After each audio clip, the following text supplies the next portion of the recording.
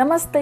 ಎಲ್ಲರಿಗೂ ಬೆಳಗ್ಗೆ ಎದ್ದ ತಕ್ಷಣ ಒಂದು ಕನ್ಫ್ಯೂಷನ್ ಇದ್ದೇ ಇರುತ್ತೆ. ಹೇಗೆ ದಿನವನ್ನು ಸ್ಟಾರ್ಟ್ ಮಾಡಬೇಕು, ಹೇಗೆ ಹೋಲ್ ಡೇನ ನಾವು ಆಕ್ಟಿವ್ ಆಗಿ ಇಟ್ಕೋಬೇಕು ಅನ್ನೋದ್ರ ಬಗ್ಗೆ. ಆ್ಯಂಡ್ ಇವತ್ತು ನಾನು ನಿಮಗೆ ದಿನಚರ್ಯ ಹೇಗೆ ಕರೆಕ್ಟಾಗಿ ಪ್ರಾಪರ್ ಆಗಿ ಇಟ್ಕೋಬೇಕು ಅನ್ನೋದ್ರ ಬಗ್ಗೆ ಹೇಳ್ತಾ ಇದ್ದೀನಿ. ದಿನಚರ್ಯ ಹೇಗೆ ಸ್ಟಾರ್ಟ್ ಮಾಡಬೇಕು ಅಂದರೆ ಬ್ರಹ್ಮ ಮುಹೂರ್ತದಲ್ಲೇ ಇರಲಿ. ಅಂದರೆ 4:15 ಗಂಟೆಯಿಂದ 5:15 ಗಂಟೆ ಒಳಗೆ ಬ್ರಹ್ಮ ಮುಹೂರ್ತ ಅಂತ ನಾವು ಕರಿತೀವಿ. ಅದು ಕಫ ಟೈಮ್ ಅಂತ ನಾವು ಕರಿತೀವಿ.